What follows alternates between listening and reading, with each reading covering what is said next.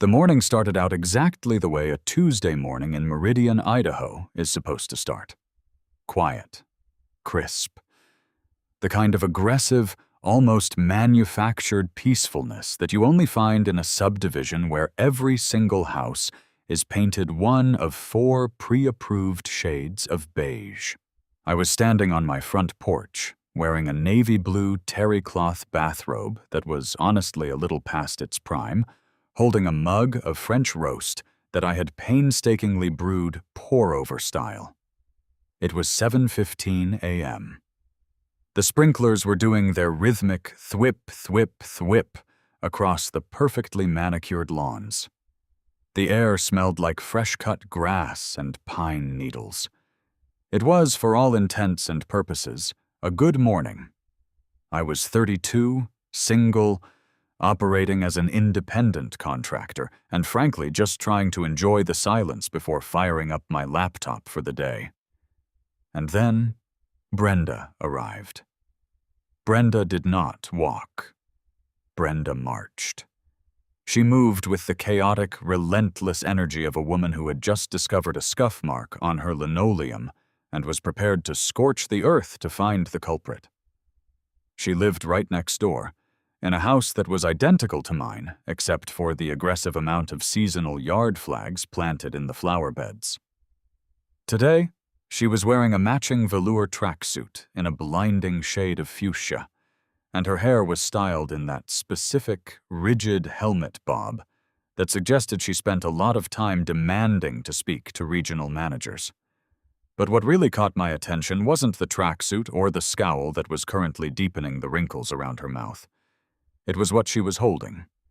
In her left hand, she had a grip on the rhinestone-studded leash of her prize-winning, incredibly aggressive Persian cat, Lord Fluffington. Lord Fluffington looked like a heavily caffeinated storm cloud and hated everything in existence, especially me. In her right hand, held out in front of her like a biohazard, was a small, crumpled, slightly damp white object. "I know it was you!" she shrieked, her voice shattering the tranquil Idaho morning. Several birds actually flew out of the oak tree in my front yard.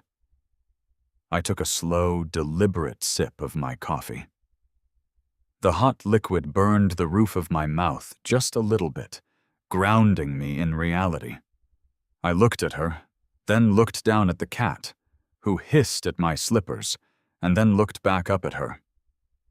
"Good morning, Brenda," I said, keeping my voice entirely flat. "I see we're skipping the pleasantries today. To what do I owe the pleasure of this visit?"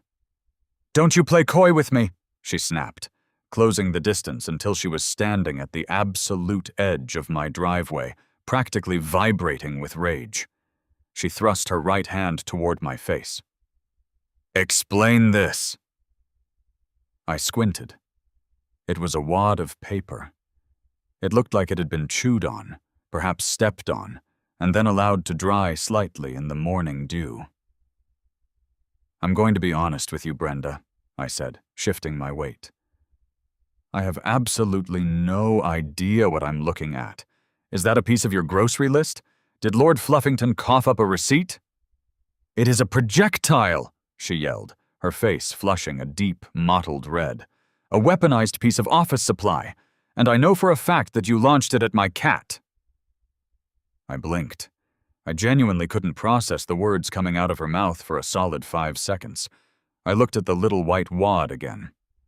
Are you accusing me of shooting a spitball at your cat?" "I am accusing you of feline assault," she declared, puffing out her chest. Lord Fluffington was taking his morning constitutional along the top of the shared fence line, minding his own royal business, when suddenly he was struck on his left hindquarter by this disgusting missile. He fell into the azalea bushes. He is traumatized. I looked down at Lord Fluffington. The cat was currently attempting to violently dig a hole in my concrete driveway. He did not look traumatized. He looked like he wanted to commit a felony. "Brenda," I said slowly, trying to inject some reason into a conversation that had completely detached from reality. I am a grown man. I am 32 years old. I drink black coffee and pay a mortgage. Do you honestly, truly believe that I woke up this morning, tore a piece of paper out of a notebook, chewed it up in my mouth, constructed some sort of blowgun, hid in my backyard, and waited to snipe your cat off the fence? Yes, she yelled, without a single millisecond of hesitation. Because you hate him. You've hated him ever since he left that small gift on your welcome mat last month. It wasn't a small gift, Brenda, I corrected her, my tone dropping a fraction.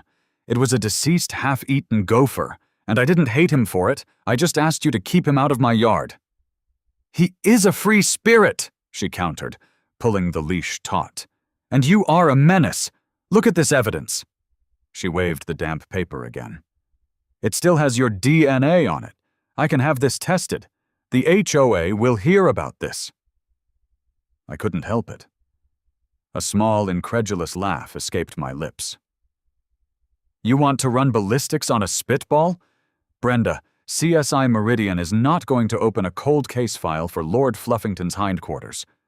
And furthermore, I haven't even been in my backyard this morning. I woke up, made coffee, and came out here. Liar, she spat. I saw the blinds twitch in your kitchen window. You were establishing a sight line. The sheer absurdity of the accusation was starting to give way to a very deep, very profound sense of annoyance. I had dealt with Brenda's HOA-fueled tyranny before. She had once cited me for my grass being 1/8 of an inch over the neighborhood limit. But this was a new level of delusion. Okay, let's play this out, I said, leaning against one of the wooden pillars of my porch. Let's say hypothetically that the sniper was me. What exactly is the weapon? A plastic McDonald's straw? A hollowed-out Bic pen? Do you have the murder weapon, Brenda? I don't need the weapon when I have the projectile, she shot back, her eyes narrowing. I'm not playing your legal games. You think you're so smart, with your contractor work and your late hours coming and going at all times of the night. You have no respect for the community standards. Community standards do not cover imaginary sniper fire, I replied. We'll see about that, she sneered, taking a step back. If you won't confess, and you won't pay for his veterinary evaluation for PTSD, then I am leaving myself no choice. I am calling the police. Right now. She reached into the pocket of her fuchsia velour jacket and pulled out her smartphone, glaring at me as if she expected me to fall to my knees and beg for mercy. I took another sip of my coffee. It was the perfect temperature now.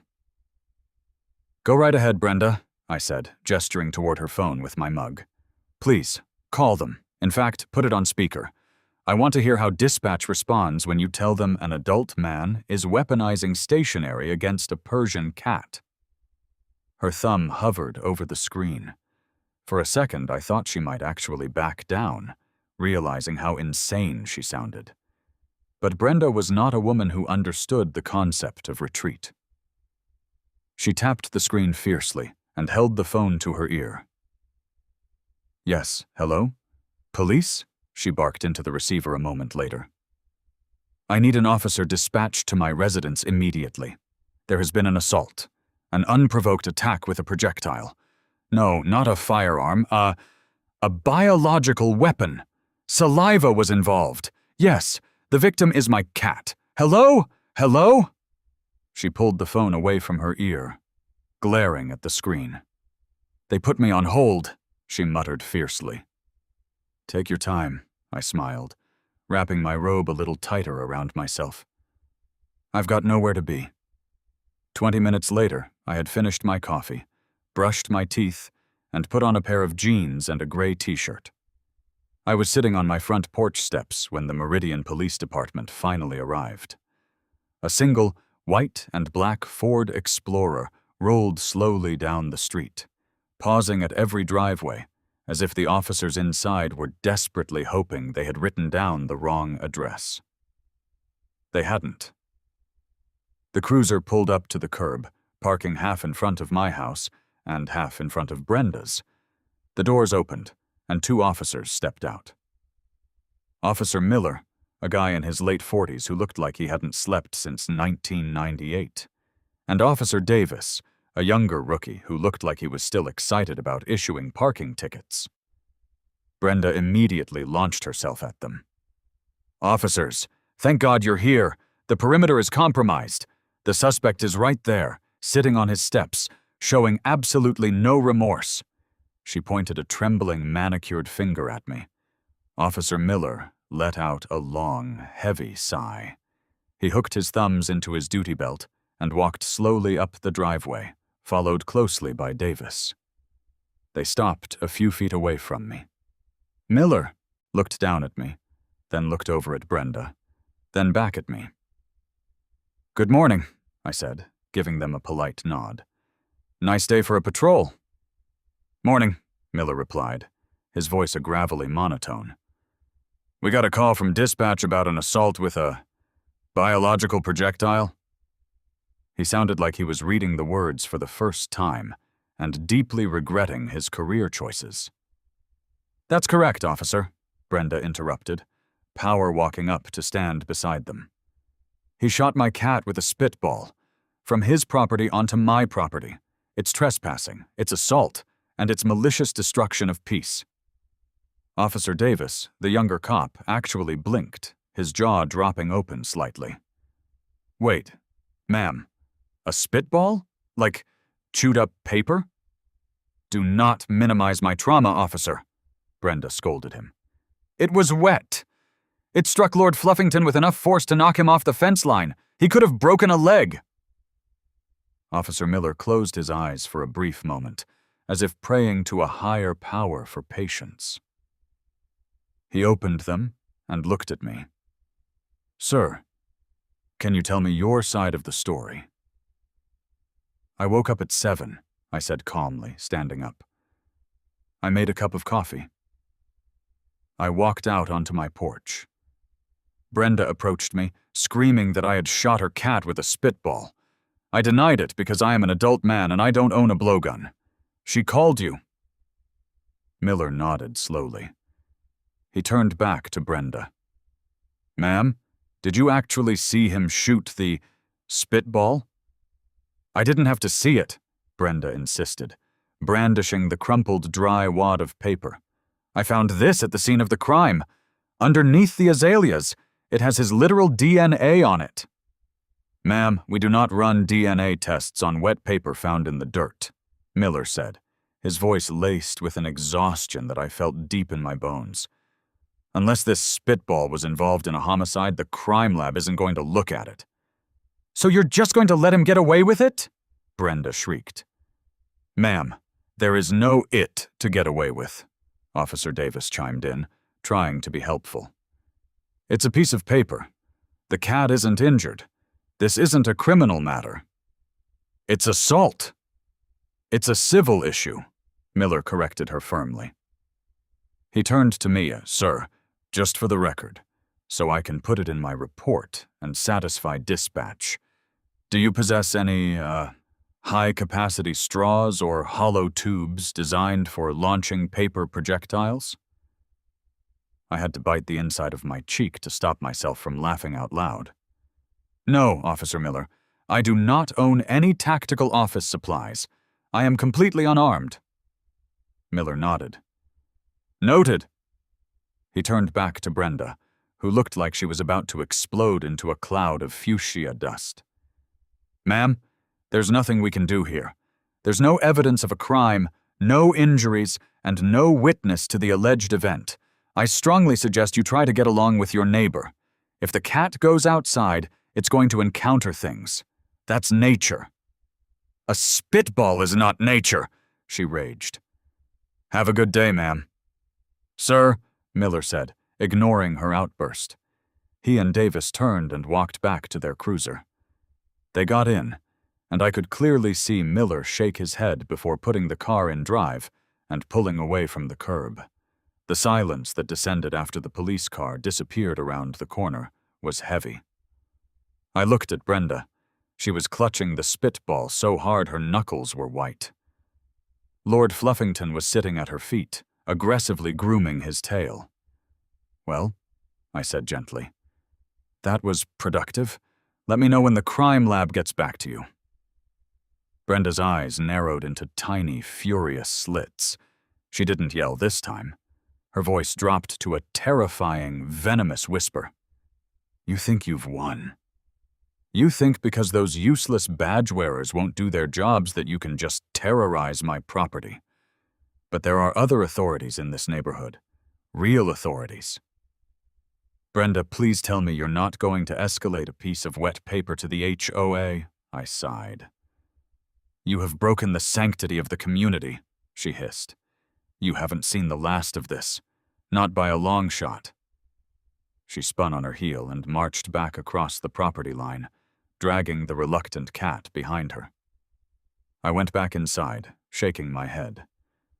I honestly thought that would be the end of it. A ridiculous morning. A funny story to tell my clients over Zoom, and nothing more.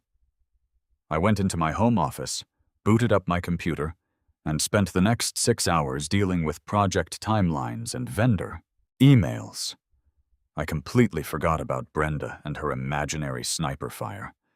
Until 4 p.m. I walked out to my mailbox at the end of the driveway to grab the daily delivery. Tucked inside, nestled among a few bills and a catalog, was a bright pink carbon copy slip of paper. It was an official citation from the Meridian Meadows Homeowners Association. I pulled it out and read it.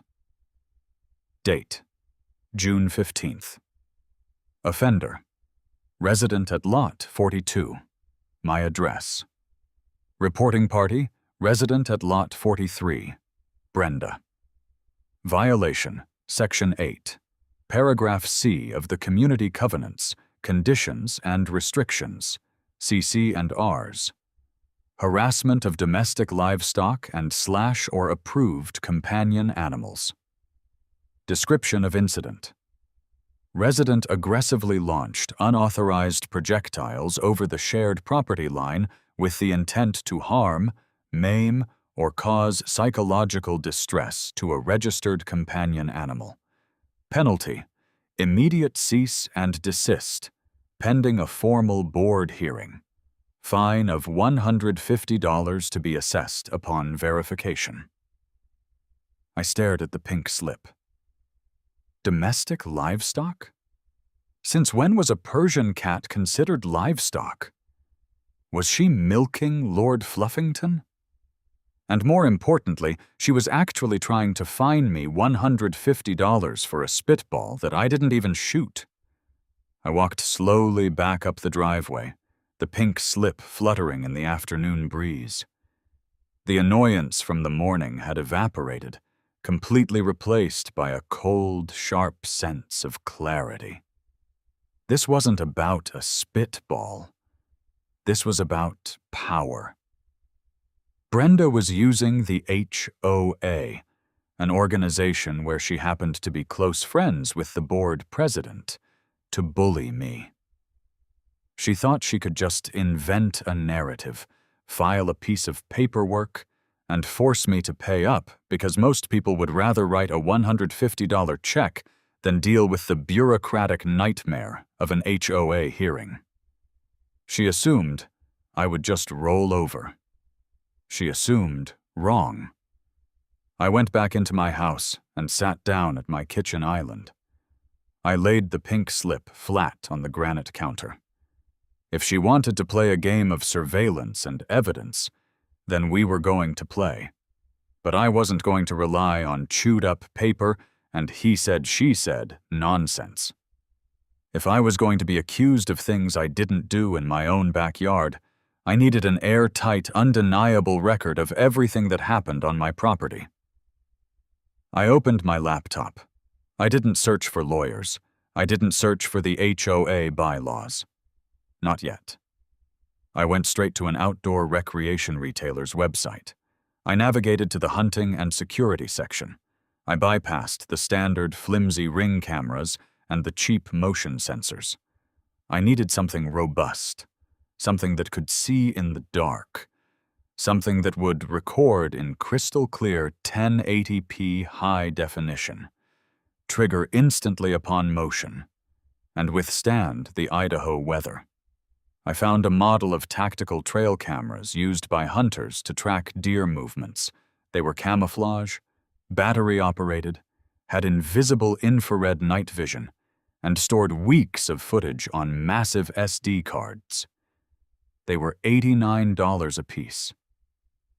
I didn't buy one. I didn't buy two. I looked at the layout of my property in my mind.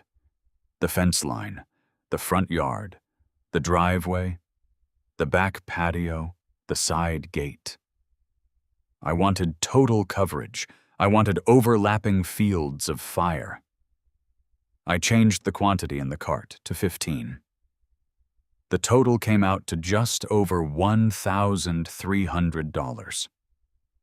I didn't even blink. I put it on my credit card and selected overnight shipping.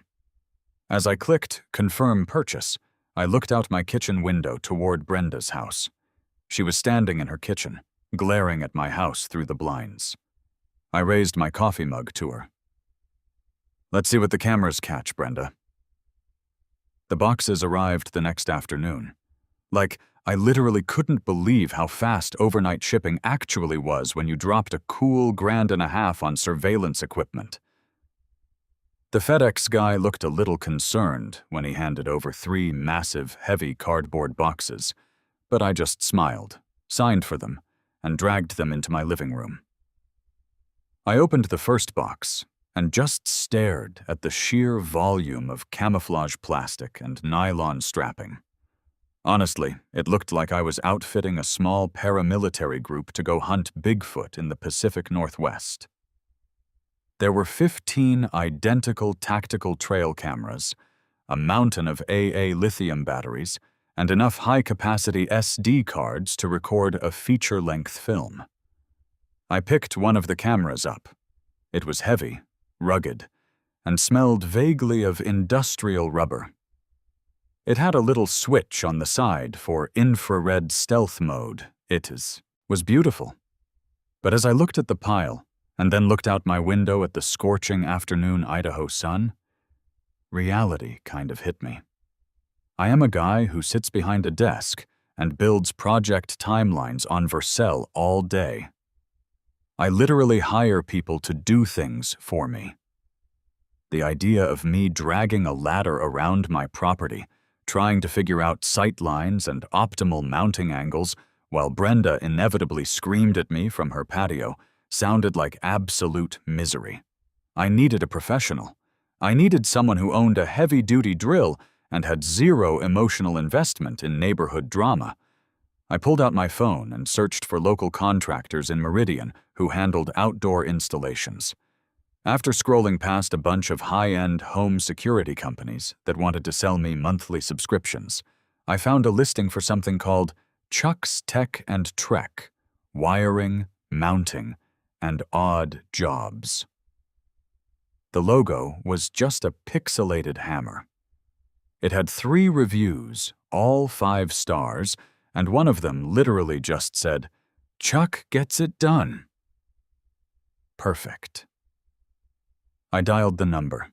It rang 4 times before a voice answered. The voice sounded like it had been gargling gravel and unfiltered cigarettes for 3 decades. "Chuck," the voice grunted. No greeting. Just his name. "Hey, Chuck. My name's Gaser. I live over in the Meridian Meadows subdivision. I have kind of a weird job, honestly. I need 15 trail cameras mounted around the exterior of my property. Today, if possible."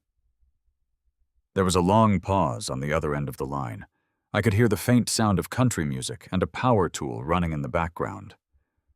15, Chuck repeated slowly. "You running a hunting lodge in the middle of the suburbs, buddy?" "No," I said, leaning against my kitchen counter. "I have a neighbor who thinks I'm shooting spitballs at her Persian cat, and she's trying to get the HOA to fine me for harassing livestock. I need overlapping fields of view so I can prove I'm not running a covert sniper operation out of my azaleas." Another pause. Then a low, rumbling chuckle. Buddy, I've mounted security rigs for paranoid preppers and guys who think the government is stealing their Wi-Fi. A cat lady dispute? That's a new one. I charge $75 an hour, plus materials if I need extra hardware. 2-hour minimum. Chuck, I will pay you $100 an hour if you can be here in 30 minutes, I offered. See you in 20, he grunted, and hung up. True to his word, exactly 22 minutes later, a beat-up dark green Ford F-150 with a ladder rack backed into my driveway. Chuck stepped out. He was a man who looked exactly like his voice sounded. Late 50s, stocky, wearing faded Carhartt work pants, a plaid flannel shirt with the sleeves rolled up, and a battered Boise State baseball cap. He had a thick gray beard and was holding a massive insulated Yeti tumbler that probably contained a gallon of black coffee. I walked out to meet him. Chuck, I'm the guy with the cameras. He gave me a single, sharp nod, taking a slow sip from his tumbler. He looked at my house, then looked next door at Brenda's house, noting the aggressive fuchsia seasonal flags fluttering in the breeze. Which one is the target? The one with the flags, I said. Her name is Brenda. Chuck sighed heavily, adjusting a heavy leather tool belt around his waist. Always a Brenda. All right, show me the hardware. I led him inside and showed him the boxes. Chuck picked up one of the cameras, turned it over in his calloused hands, and nodded appreciatively. Good gear. Infrared trigger is solid on these. You want total perimeter coverage, I'm guessing? I want it to look like Jurassic Park out there, Chuck, I told him honestly. I want a camera pointing at every inch of the shared fence line. I want one pointing down my driveway. I want one pointed squarely at my mailbox. I mean, if a squirrel so much as twitches on my property, I want to capture it in 1080p high definition. Chuck grabbed a handful of cameras and hoisted them against his chest. Let's get to work. We started in the backyard. The shared property line was a standard 6-foot cedar privacy fence. Chuck set up his aluminum ladder with practiced ease. He grabbed his power drill and began mounting the first camera high up on the corner eave of my roof, angling it down to cover the entire back half of the fence. The drill made a loud, echoing whine that ripped through the quiet suburban afternoon. It took exactly 45 seconds for the back door of Brenda's house to fly open. What is the meaning of this? I turned around. Brenda was marching out onto her patio. Today, she was wearing a teal velour tracksuit. Lord Fluffington was watching from the glass sliding door, his tail flicking in annoyance. Brenda marched right up to the property line, craning her neck to look up at Chuck, who was currently bolting a camouflage camera to my fascia board. Hello again, Brenda, I said, shoving my hands into my pockets and putting on my best retail customer service smile. Just doing a little home improvement.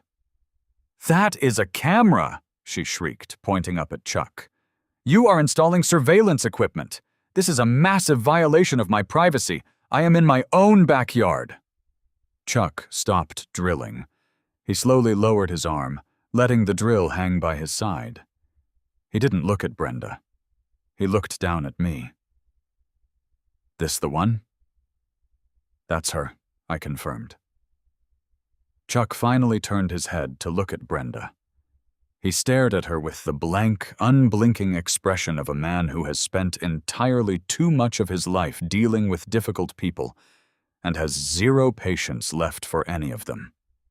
Excuse me, you, Brenda snapped, redirecting her fury toward the man on the ladder. You need to stop what you are doing immediately. You are participating in an illegal surveillance operation. I will have your contractor license revoked. I will call the police. Chuck took a slow, deliberate sip from his Yeti tumbler. He swallowed. He wiped his mouth with the back of his hand. Lady, he said, his voice a low, gravelly rumble that carried perfectly across the yard. I don't care if you call the Pope. I'm legally parked, I'm on his property, and I'm getting paid by the hour. You can stand there and yell all you want, but you're just paying for his patio installation time. Now, unless you're signing my checks, kindly step back before you catch some cedar sawdust in your eyes." I literally had to bite my tongue to stop from laughing out loud. I wanted to hug Chuck. I wanted to name my firstborn child after him. Brenda gasped, clutching her hand to her chest pearls, as if she had just been physically struck. "How dare you speak to me like that? I am a senior member of the HOA." "Congratulations," Chuck grunted, completely unfazed. He turned his back to her, raised his drill, and drove another thick metal screw into the wood. The loud whir of the drill completely drowned out whatever Brenda was screaming next. She stood there for another solid 3 minutes, gesturing wildly and yelling over the noise of the power tools, but Chuck completely ignored her, moving with the slow, methodical precision of a seasoned professional. Eventually, realizing she was losing a screaming match to a DeWalt power drill, she spun around and stormed back into her house, slamming the sliding glass door so hard I genuinely thought the pane was going to shatter. "She seems nice," Chuck noted dryly as he climbed down the ladder to grab the next camera. "Oh, she's a peach," I replied. "Where to next?" For the next 2 hours, Chuck and I systematically turned my property into a fortress of observation. We mounted 3 cameras along the side fence, hidden seamlessly beneath the eaves. We put 2 in the front oak tree, aimed perfectly down the driveway and the front lawn. We put 1 directly above my front door. The piece de résistance was a camera we mounted to the wooden post of my front porch, angled directly at my curbside mailbox. It captured the street, the sidewalk, and anyone who might approach the box. By the time Chuck was done, my house was fully rigged. He packed up his tools, tossed the empty cardboard boxes into the bed of his truck, and handed me an invoice on a greasy clipboard. 2.5 hours, plus I used a handful of my own lag bolts, Chuck said.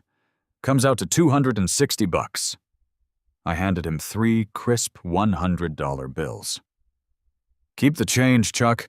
Honestly, your customer service alone was worth the extra 40. Chuck pocketed the money, gave me that same single, sharp nod, and climbed into his F-150. Good luck with the cat lady, buddy. Hope you catch your spitball phantom. He fired up the engine and rumbled off down the street. I spent the rest of the evening syncing the 15 cameras to a master SD hub on my computer. I tested the feeds. The coverage was insane. I could see the mail carrier drop off a package from 3 different angles. When the sun went down, the infrared kicked in, washing my monitors in that eerie, glowing green and black night vision. I watched a stray cat, thankfully not Lord Fluffington, walk across my front lawn at 11 p.m. The motion sensors tripped perfectly. The trap was set. Now, it was time to bait the hook. I knew Brenda wasn't going to just let the cameras go.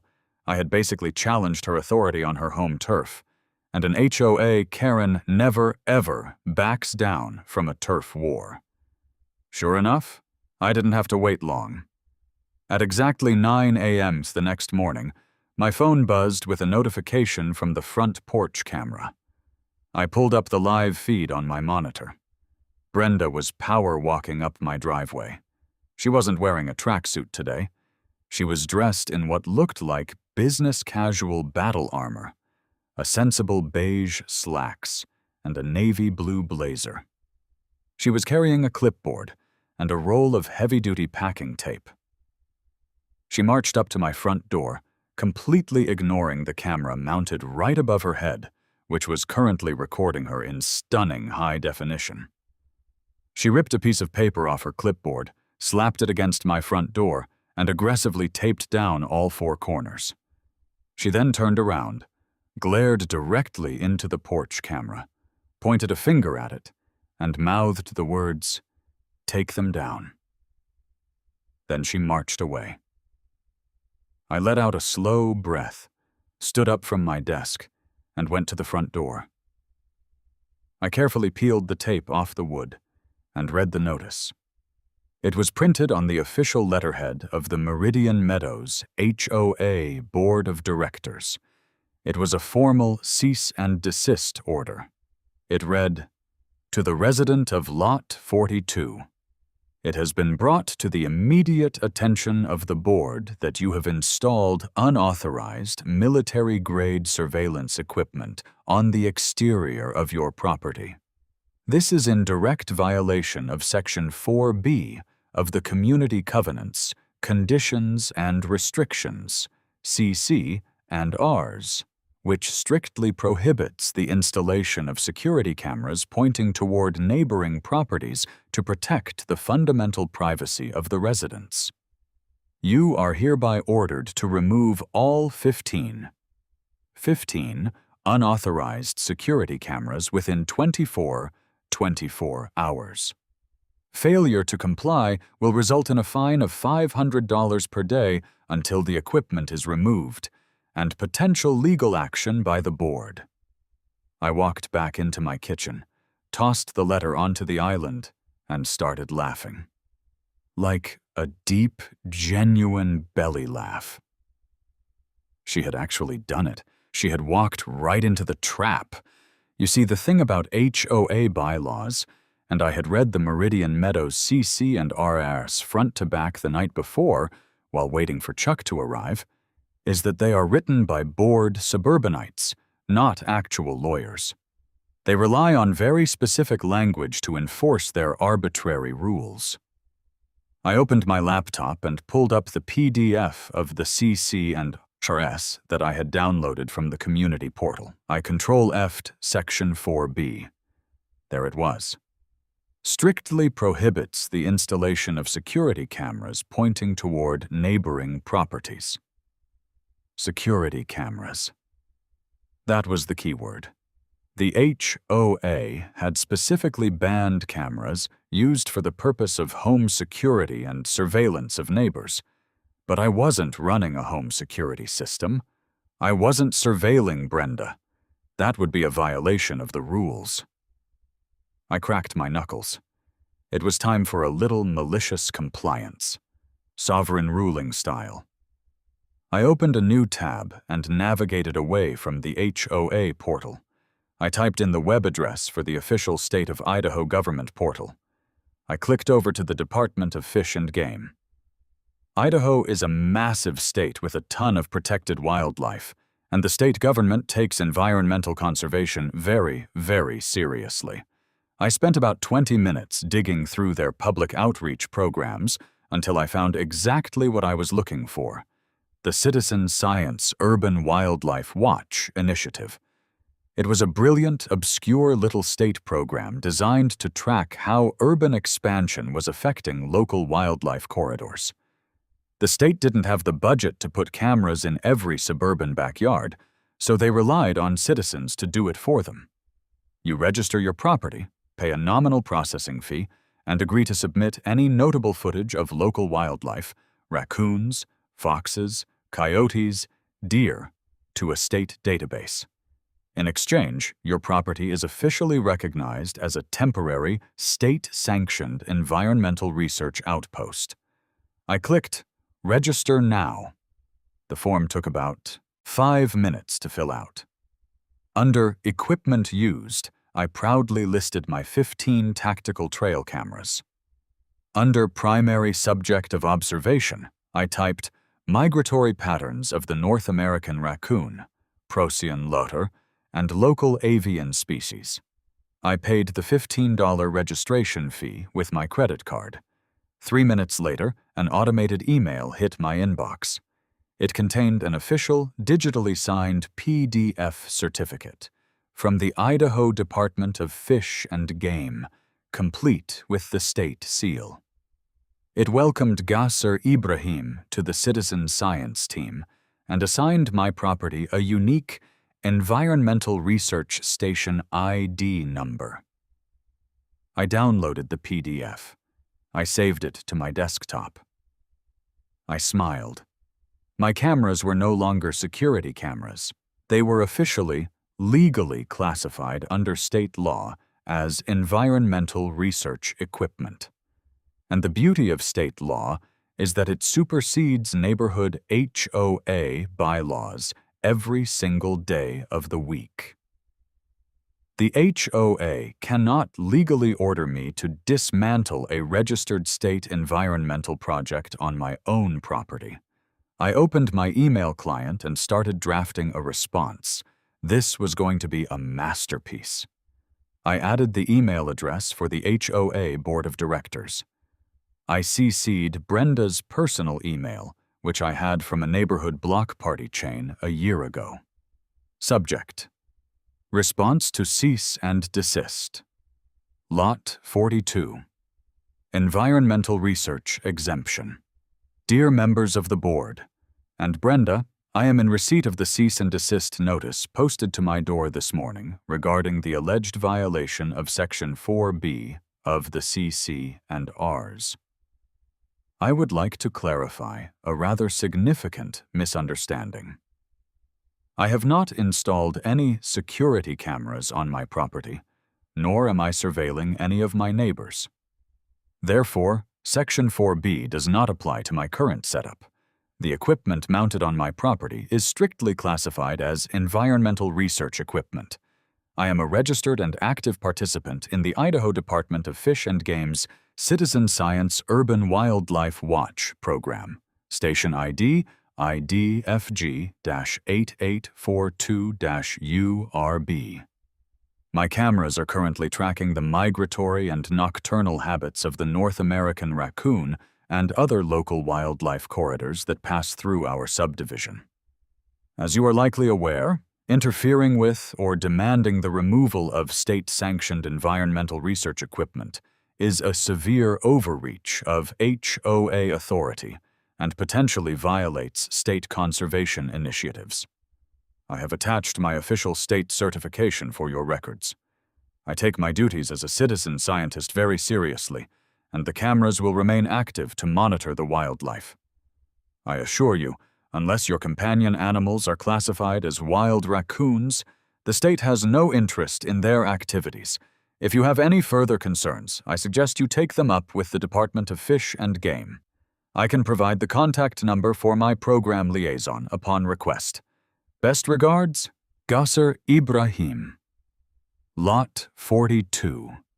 Lead Citizen Scientist. I attached the state PDF, gave the email one final read to make sure the snark was perfectly balanced with the legal jargon, and clicked send. I leaned back in my desk chair and let out a long breath. The ball was entirely in their court now. I knew the HOA board president wasn't going to touch this. He was a retired accountant who liked writing passive-aggressive newsletters about trash can placement. He wasn't going to pick a legal fight with the state of Idaho over some cameras. Brenda was effectively neutralized on the HOA front. The $150 spitball fine would quietly disappear, and I could finally get back to my actual life. At least, that's what I thought. I figured the cameras would just sit there, blinking silently in the dark, maybe catching a squirrel or two, acting as a very expensive scarecrow for a very crazy neighbor. I was so incredibly wrong. The trap I had built for the HOA was about to catch something entirely different, something so profoundly illegal that it would instantly upgrade this situation from a petty neighborhood spat to a federal felony. It happened 4 days later. It was a Saturday morning. I woke up around 8 a.m., poured myself a cup of coffee, and went into the office to check the master hub for the cameras. It had become a bit of a morning routine, scanning through the thumbnail images of motion triggers from the night before. Mostly, it was just the wind blowing the branches of the oak tree, or a stray dog walking down the sidewalk. I clicked on the folder for camera 4. That was the one Chuck had mounted on. The front porch post pointed directly at the mailbox and the street. The system showed a motion trigger event recorded at exactly 2:14 a.m. I clicked play. The screen flickered, showing the grainy, green-tinted infrared footage of my driveway and the street. It was dead quiet. The timestamp ticked away in the bottom corner. 2:14:05, 2:14:06. At 2:14:12, a figure stepped into the frame from the right side of the screen, coming directly from Brenda's property. I leaned closer to the monitor, my coffee cup forgotten on the desk. The figure was wearing a thick bathrobe and fuzzy slippers. The infrared washed out the colors, but the rigid helmet bob hair was unmistakable. It was Brenda. She wasn't walking her cat. She wasn't checking her property line. She was walking with a hunched, hurried urgency directly toward the end of my driveway. She stopped in front of my curbside mailbox. I held my breath, watching the screen. Brenda looked left, down the empty, dark street. She looked right. Then, she reached out, grabbed the handle of my mailbox, and pulled it open. "What are you doing?" I whispered to the empty room. She reached her hand deep into the back of the metal box. Because I worked late hours, and sometimes didn't check the mail for a day or two, I knew there was a stack of letters in there. Brenda pulled out a thick handful of envelopes. She stood there, bathed in the invisible infrared light of the state-sanctioned wildlife camera, and began rifling through my personal mail. She flipped through the envelopes like she was dealing a deck of cards. She paused on one, held it up to squint at it in the moonlight, and then shoved it into the deep pocket of her bathrobe. She flipped through a few more, found another one, and shoved that one in her pocket as well. Then, she unceremoniously dumped the remaining stack of mail back into the box, slammed the little metal door shut, and scurried back across the property line, vanishing out of the frame. The video ended. The screen went black. I sat there in absolute, stunned silence. The sheer magnitude of what I had just witnessed washed over me like a bucket of ice water. I didn't immediately call the Meridian police. I didn't yell. I didn't march over to her house. I just sat there, my mind racing. Brenda, the woman who had called the police over a fictional spitball, the woman who had weaponized the HOA to protect the sanctity of the community, had just been caught on crystal-clear 1080p, date and time-stamped video committing a literal felony. This wasn't a civil dispute anymore. This wasn't an HOA violation. Stealing mail is a federal crime. It falls under 18 U.S. Code, Section 1708. It carries a penalty of up to 5 years in federal prison and $250,000 in fines. I pulled up the video again. I zoomed in on the envelopes she had taken. The resolution was good, but not quite good enough to read the return addresses in the dark. But I knew what had been delivered the last few days. I had an informed delivery digest from the USPS in my email. I checked my phone. 2 days ago, a letter containing my official tax forms from a major client had been scanned for delivery, and a thick envelope containing a pre-approved, high-limit business credit card offer. Neither of those had been in the mailbox when I checked it yesterday afternoon. She had my W-2s. She had my financial information. A slow, wicked smile spread across my face. Brenda thought she was untouchable. She thought she could snoop through my life to find some kind of dirt, some kind of leverage to use against me because she was mad about a cat. She had no idea that I had officially registered my property as a wildlife research station. She had no idea that her crime was perfectly documented on a camera that was legally protected by the state government. And most importantly, she had no idea who she was dealing with. I could have called the local cops right then and there. but Officer Miller and Davis wouldn't care about mail theft any more than they cared about spitballs. They'd probably just knock on her door, ask for the mail back, and tell her not to do it again. No. If I was going to drop the hammer, I was going to drop the entire federal anvil. But first, I needed to make absolutely sure it wasn't a one-time crime of opportunity. I needed to establish a pattern. I needed to let her dig the hole so deep that she could never, ever climb out of it. I closed the video player. I exported the file and backed it up to 3 different cloud servers. Then, I went to an online retailer. I needed to buy some bait. I searched for the most obnoxious, highly visible tracking packages I could find. Neon pink bubble mailers.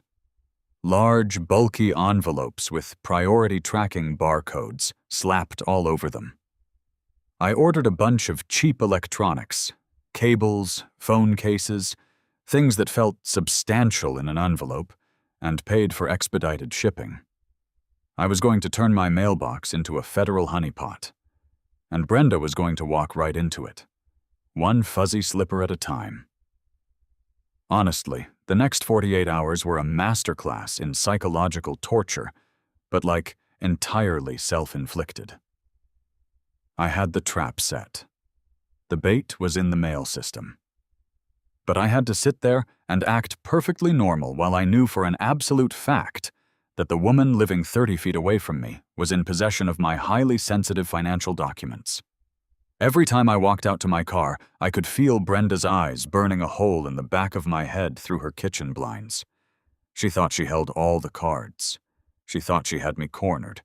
I mean, the sheer, unadulterated arrogance of it all was almost impressive if it wasn't so deeply illegal. I had ordered 3 separate packages, staggering their delivery so they wouldn't all arrive on the same day. I specifically chose the most garish, obnoxious packaging available. We are talking neon pink, metallic finish bubble mailers that practically glowed in the dark. Inside them, I had packed a combination of heavy D-cell batteries, some coiled-up coaxial cables, and a few random metal paperweights I found in the back of my desk drawer. I wanted them to feel heavy. I wanted them to feel expensive. I wanted Brenda to look at them sitting in my mailbox and think she was about to intercept a shipment of high-end electronics. The first package arrived on a Tuesday afternoon. My USPS informed delivery email pinged my phone at 1:14 p.m., confirming that a parcel had been placed in the receptacle. I was sitting at my kitchen island, sipping a lukewarm La Croix, watching the live feed from camera 4. I saw the mail carrier pull up, stuff the blindingly pink envelope into the box, close the lid, and drive off. And then, I waited. I literally didn't leave my house for the rest of the day. I ordered delivery for dinner, making sure to explicitly instruct the driver to leave it on the porch and not touch the mailbox. The sun went down. The neighborhood got quiet. The sprinklers kicked on. The infrared sensors clicked over on the cameras, turning the monitors into a grid of eerie green feeds. By 1 a.m., I was running on fumes and sheer, petty adrenaline. I was pacing around my home office, checking the time, checking the feeds, wondering if maybe she had noticed the cameras. Maybe Chuck hadn't camouflaged the front post well enough. Maybe she had realized taking the W-2s was a step too far and she was laying low. At 2:42 a.m., the motion alert on camera 4 flashed red. I practically lunged at my desk chair, slamming my headphones on. There she was. It was like watching a rerun of the most boring yet legally disastrous true crime documentary ever filmed. Brenda emerged from the shadows of her property line, wearing the exact same fuzzy slippers and thick bathrobe as the first time. She didn't even try to be stealthy. She just power-walked straight down the sidewalk to my mailbox. I hit the record button on my master hub, saving a direct, uncompressed copy to my hard drive. She opened the mailbox. Even in the monochrome green of the infrared, the metallic bubble mailer stood out like a beacon. Brenda actually paused when she saw it. I could see the hesitation in her body language. But greed, combined with whatever bizarre vendetta she was running in her head, completely overpowered her common sense.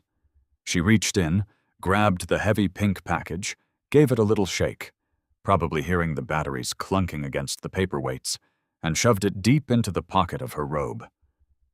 She didn't even bother checking the rest of the mail. She just slammed the box shut and scurried back to her house. "Gotcha," I whispered to the monitor. "You just crossed the line from a one-time mistake to a habitual offender." But I wasn't done. I didn't want a circumstantial case where she could claim she grabbed it by accident and meant to return it. I needed her to explicitly acknowledge the stolen items. I needed to let her gloat. I needed her to hang herself with her own words. The next morning, I poured myself a mug of coffee, grabbed my phone, and walked out into the backyard. I knew her routine. Every Wednesday morning, Brenda spent exactly 45 minutes deadheading her precious azalea bushes along the shared fence line. It was the perfect opportunity for a little neighborly chat. Before I opened the back door, I pulled up the voice memo app on my phone and hit record. I slipped the phone into the front pocket of my flannel shirt, leaving the microphone perfectly exposed. Now, a quick legal side note here. Idaho is a one-party consent state when it comes to recording conversations. That means as long as one person in the conversation, namely me, consents to the recording, it is perfectly legal to record the audio without informing the other party, and it is entirely admissible as evidence.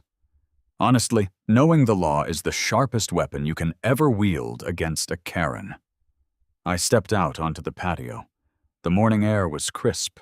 Brenda was there, kneeling in the dirt, wearing gardening gloves and viciously snapping the dead blooms off her bushes.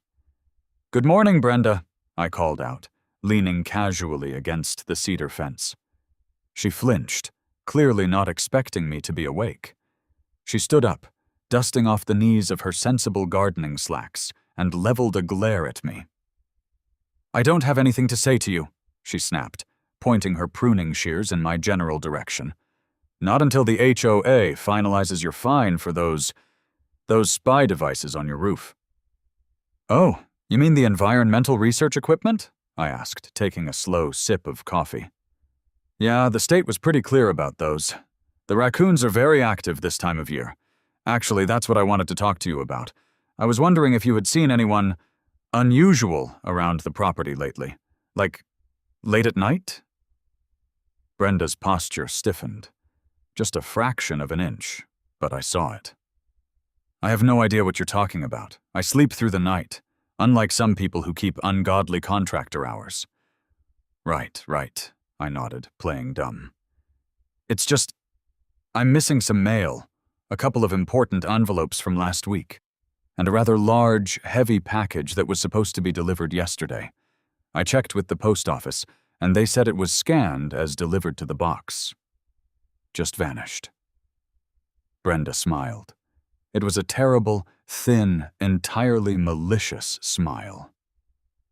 She couldn't help herself. The opportunity to twist the knife was too much for her ego to resist.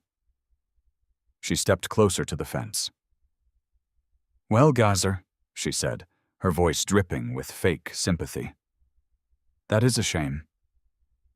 You know, for someone who operates as an independent contractor, relying on all those freelance gigs and 1099s, I imagine your finances must be incredibly complicated to keep track of.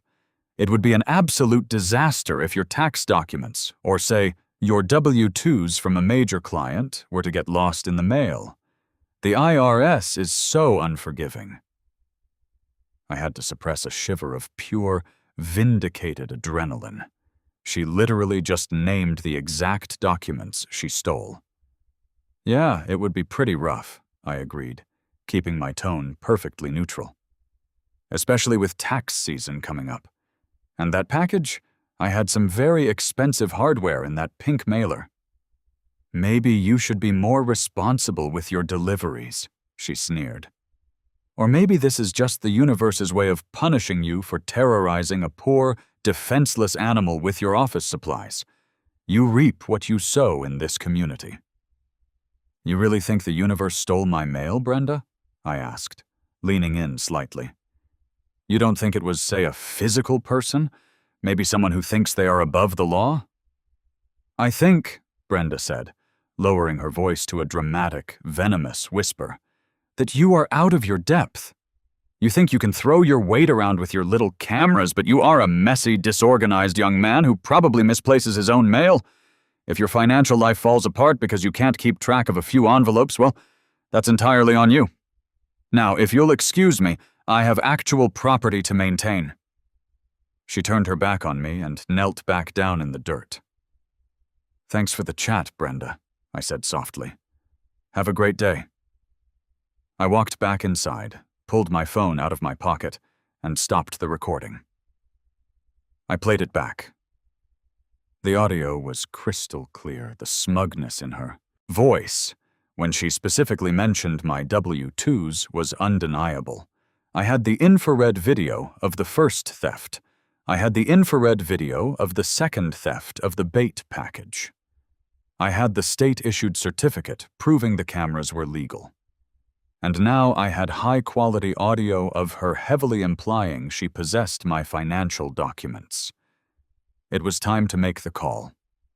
I didn't dial 911. I didn't call the Meridian Police Department non-emergency line. I didn't want to deal with Officer Miller and his exhausted sighs. I wanted the heavy hitters. I sat down at my computer and searched for the regional field office of the United States Postal Inspection Service. Now, for those who don't know, the USPIS is not the customer service line you call when your Amazon package is late. They are the oldest federal law enforcement agency in the country, founded by Benjamin Franklin. They are fully sworn federal agents who carry firearms, execute search warrants, and serve subpoenas. They have an almost 98% conviction rate. They do not care about neighborhood drama. They do not care about HOA rules, and they absolutely, fundamentally do not have a sense of humor when it comes to the sanctity of the U.S. mail. I found the phone number for the Boise field office.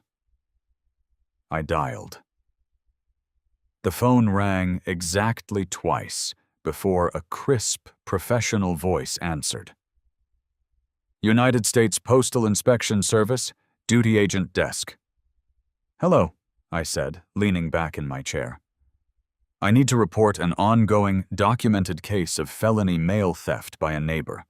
I have multiple instances of high-definition video evidence, including the theft of federal tax documents and financial instruments, as well as an audio confession. There was a very brief pause on the line. The agent's tone instantly shifted from polite to intensely focused. Sir, can I have your full name and address? I gave him my information. I explained the timeline. I detailed exactly what was taken: the W-2s, the credit card offer, and the pink bait package. I explained that the cameras were legally registered with the state, bypassing any potential issues with unauthorized surveillance. I kept it purely factual. No mention of spitballs, no mention of Lord Fluffington, no mention of the HOA, just the raw, unvarnished federal crimes. Mr. Ibrahim, the agent said, his keyboard clacking loudly in the background. Do not confront the neighbor again. Do not ask for the mail back. Do you have the files ready to be transferred? I have them backed up on a secure cloud link right now, ready to email to you, I confirmed. Send them to the address I am about to give you. We will review the footage immediately. If the evidence matches your description, an inspection team will be dispatched to your location. Keep your phone on you. Understood, I said. I sent the email.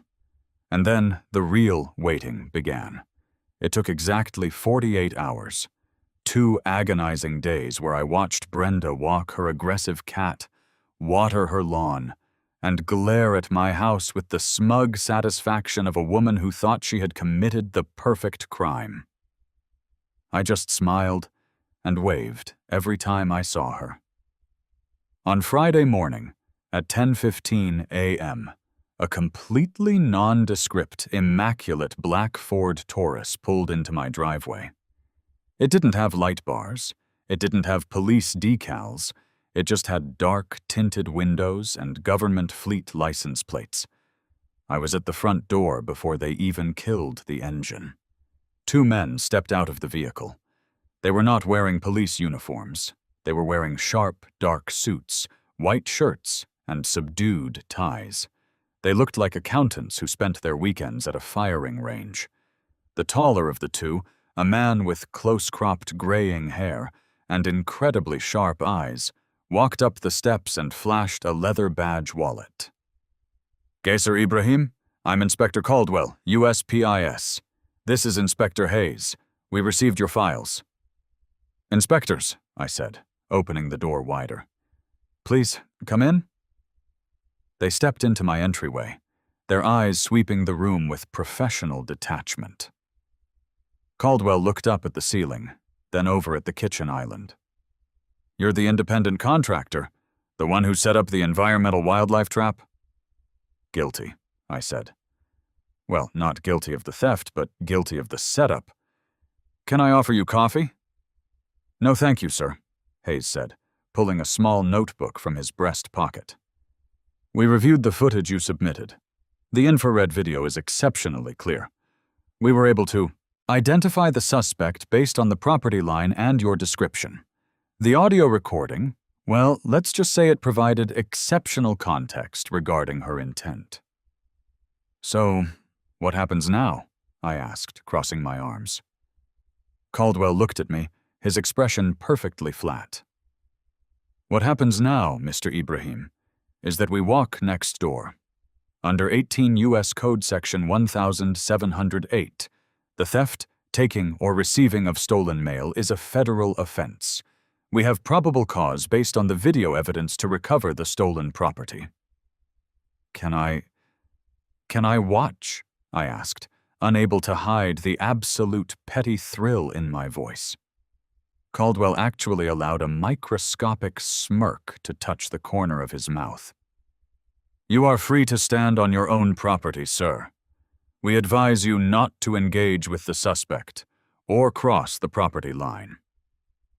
"I wouldn't dream of it," I promised. The 3 of us walked out the front door. Caldwell and Hayes didn't hurry. They didn't rush. They walked with the slow, terrifying inevitability of the federal government. They marched straight down my driveway, turned onto the sidewalk, and walked up Brenda's perfectly manicured front walkway. I stood on my porch, leaning against the wooden pillar, right beneath camera 4. Caldwell stepped up to Brenda's door and knocked. Not a polite, neighborly tap. It was a heavy, authoritative cop knock. Bang, bang, bang. It took about 30 seconds for the door to fling open. Brenda stood there, wearing a floral blouse and looking fiercely annoyed at the interruption. Lord Fluffington was tangled around her ankles, hissing at the 2 strangers. "Yes?" Brenda demanded, her eyes darting between the 2 men in suits. "Are you selling something? Because this is a no-soliciting neighborhood and I am on the board." "Brenda Higgins," Inspector Caldwell interrupted, his voice cutting through her tirade like a scythe. He held up his badge wallet, the gold shield catching the morning sun. "I am Inspector Caldwell with the United States Postal Inspection Service. This is Inspector Hayes. We need to speak with you regarding stolen federal property." Brenda actually took a physical step backward, the color completely drained from her face, leaving her looking slightly green.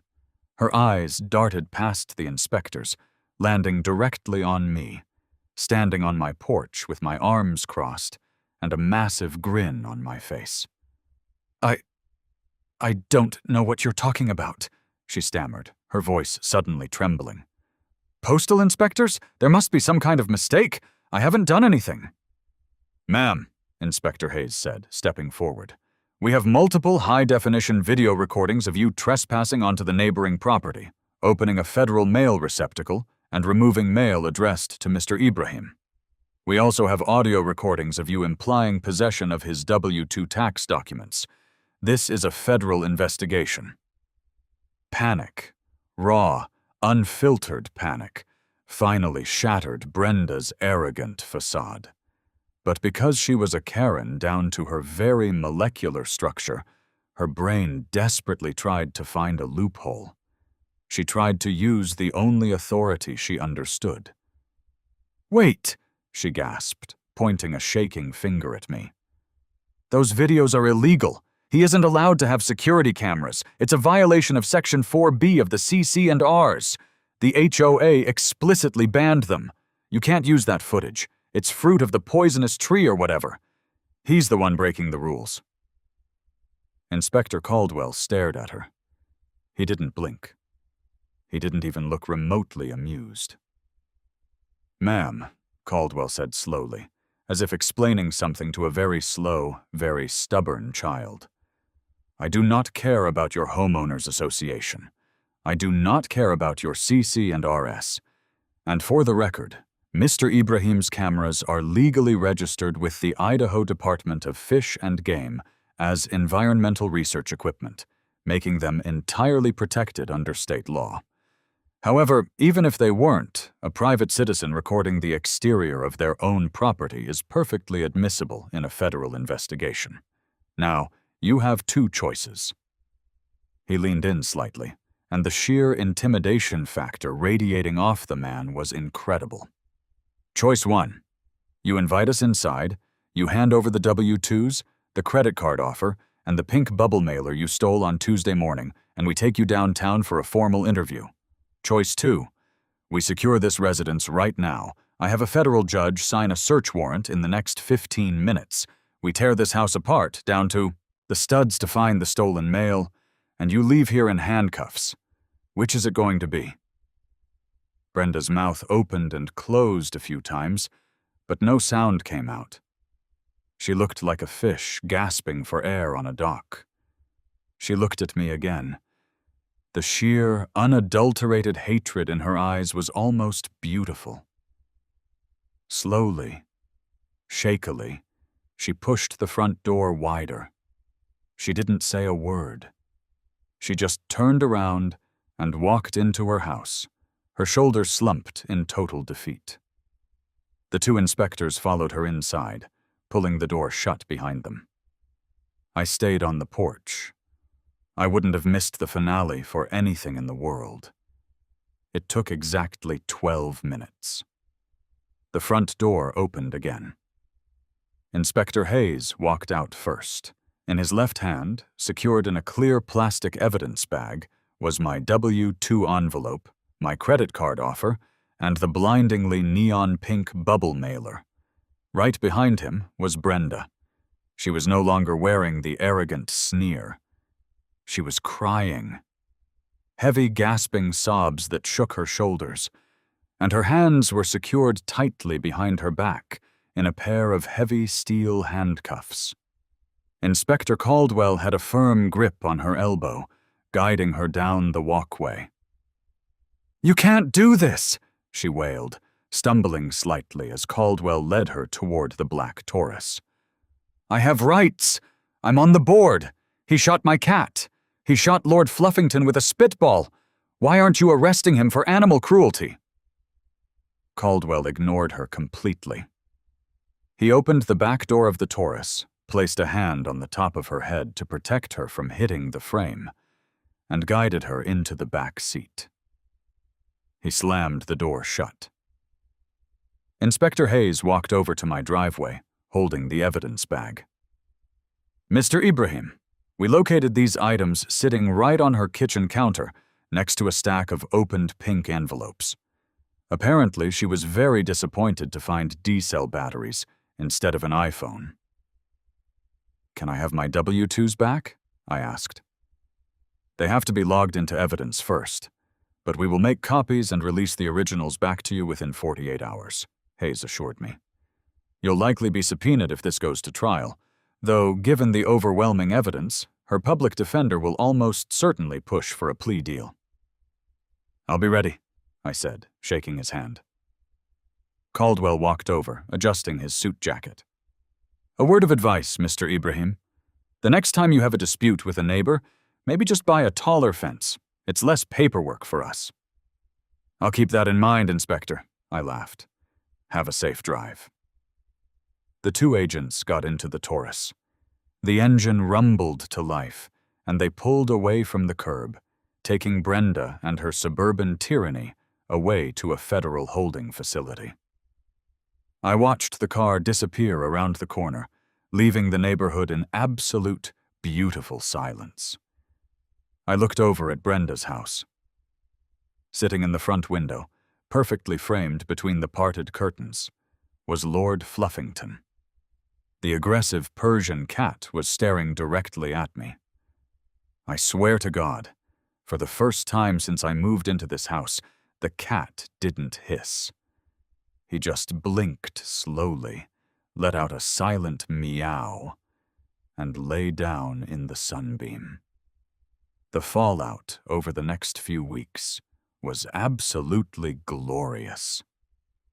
The HOA board president, the retired accountant who liked writing passive-aggressive newsletters, found out about the federal raid before the sun went down that same day. Apparently, seeing a prominent board member hauled away in cuffs by men in suits tends to trigger a panic. I received a frantic, incredibly apologetic email from the board the very next morning. The $150 fine for the spitball incident was immediately dropped and expunged from my record. The cease and desist order regarding my cameras was formally rescinded, citing a misunderstanding of state environmental regulations. The board president literally offered to personally pay the $15 registration fee for my wildlife program if I promised not to sue the HOA for harassment. I respectfully declined the money, but accepted the apology.